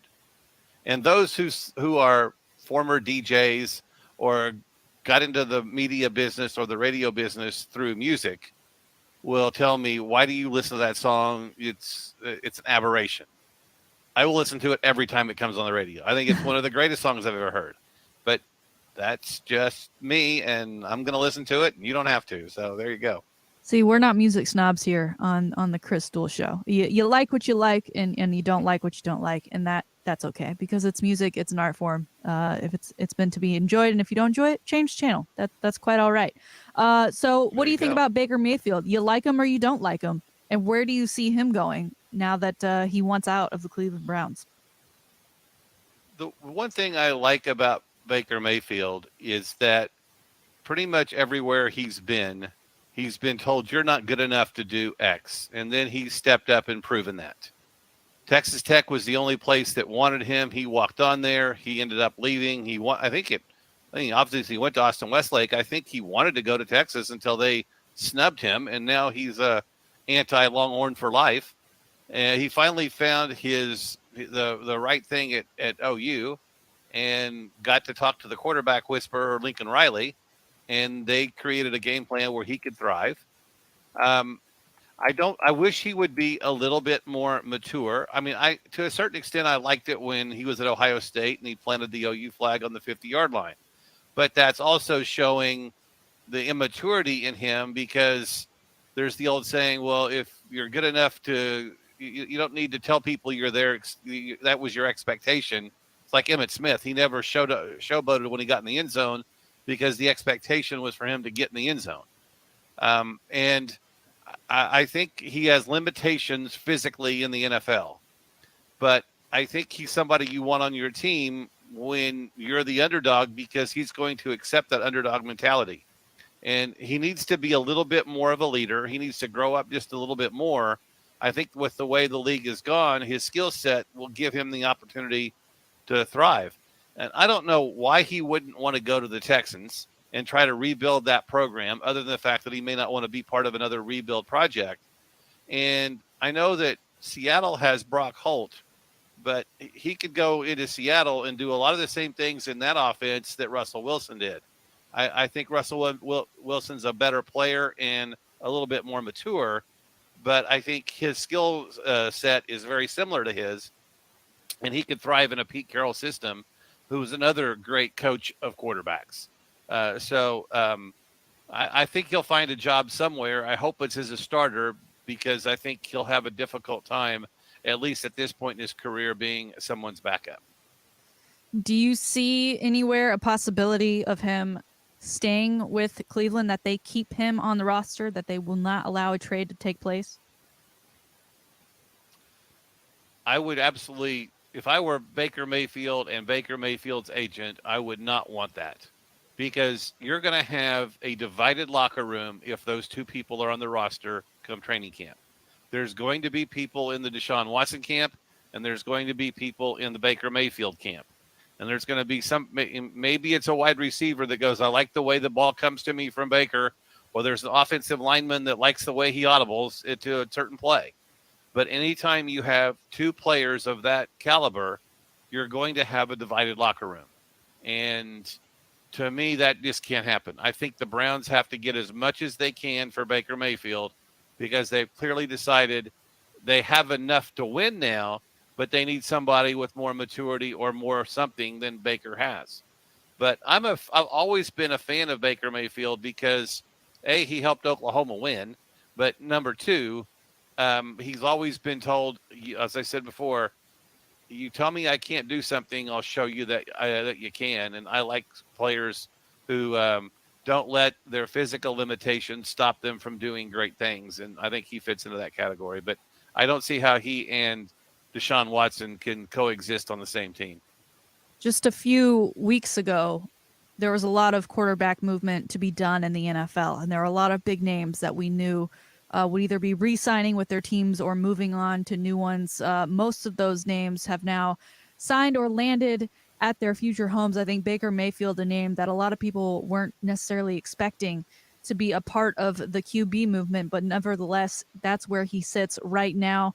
And he may be today physically at Dell Match Play as he is in town. And he, as we played earlier on the show, did select his Final Four. He broke out his bracket and he did select the Longhorn, Scotty Scheffler, to win the whole thing. And although Baker said he's not going to say hook 'em in order to say he's not going to say hook 'em, the dude said hook 'em. So that's not something we have on record of Mr. Baker Mayfield. Now, sir, after the show, I am walking across the street to take on Dell Match Play. I'm very excited. It's still a little chilly here. It's not really going to get warm until about noon. So I'm going to have to wear my jacket.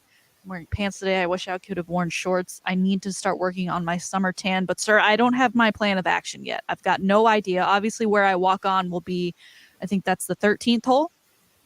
So I'll be on the back half of the course already. Of course, players won't be there quite yet, so I'll probably have to wait and make my way up that giant hill. But is there anyone in particular I should maybe keep my eye on for today? You know, be your eyes for you, Andy, or do you think there's a specific hole that I should just sit down and enjoy the afternoon with? Well, I think if you don't want to walk a lot, you can kind of pick your poison between 11, 12, 13, 14, 15. They're all kind of in a circle. And 11's the par 3, so you can kind of get an idea there. You can walk over to the teeing area on 12. You can walk down and watch them tee off on 13, which is the drivable par 4, and see them hit into the green on 12. And then right beside number 13, you have 15 coming back. 14 is going to be a 400-yard walk down that way. But I always think that's a really good area to watch a lot of golf.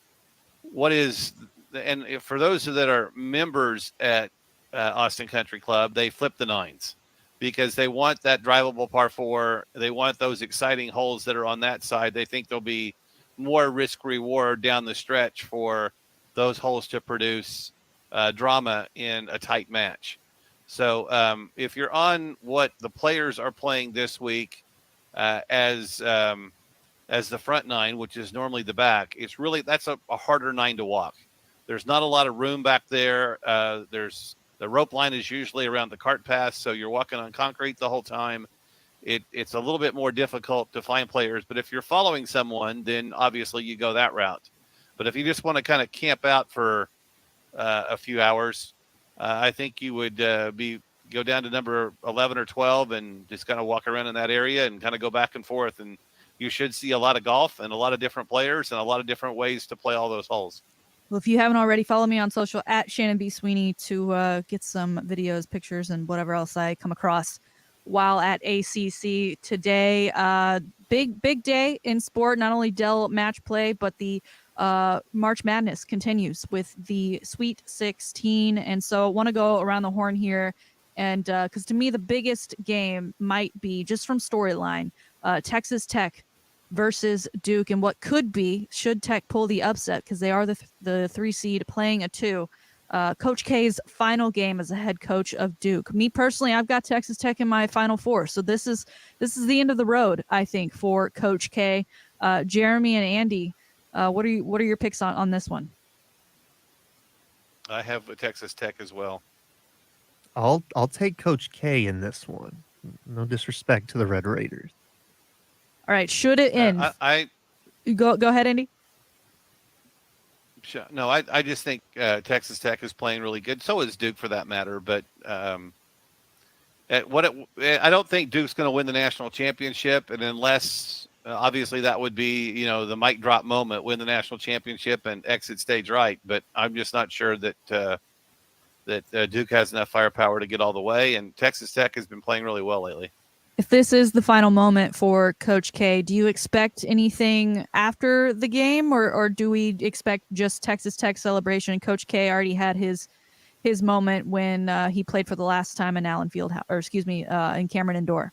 Well, we'll have to talk about it on every show in the world for the next 2 weeks to memorialize his accomplishments, and to a certain extent, rightfully so. But nothing ever ends until you're out of the spotlight for a while, and he'll still be in the spotlight, and he'll go up on the podium and he'll talk about all the memories and 40 plus years of coaching and all that kind of stuff. So it will be a story, or the story, if once that's over with. But I don't know that we'll be able to ignore that for very long.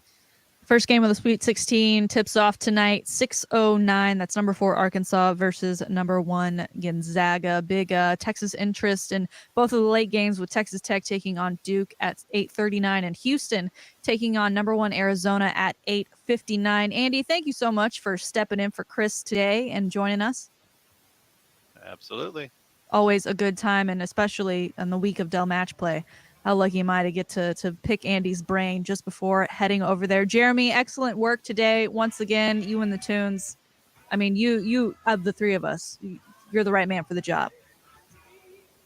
Thank you. I appreciate that. I got the mustache song ready for the next time we got Andy. Thank you so much. I'm almost sure that I can say with 100% that Chris has never heard it. So maybe we can get that going sometime when Chris returns. It's been the Chris Duel Show. Thanks you so much for listening. As always, you can hit up the podcast. We've got it broken down for you in 3 separate hours, so you can find whatever you missed or listen to it all over again. We sound better time after time. Chris will be back joining us tomorrow, and he'll have plenty of basketball to talk about, as he is attending some of those games in San Antonio tonight. So it's going to be a fun one on a football March Madness Friday. Enjoy your Thursday, everyone. We'll do this again in 21 hours.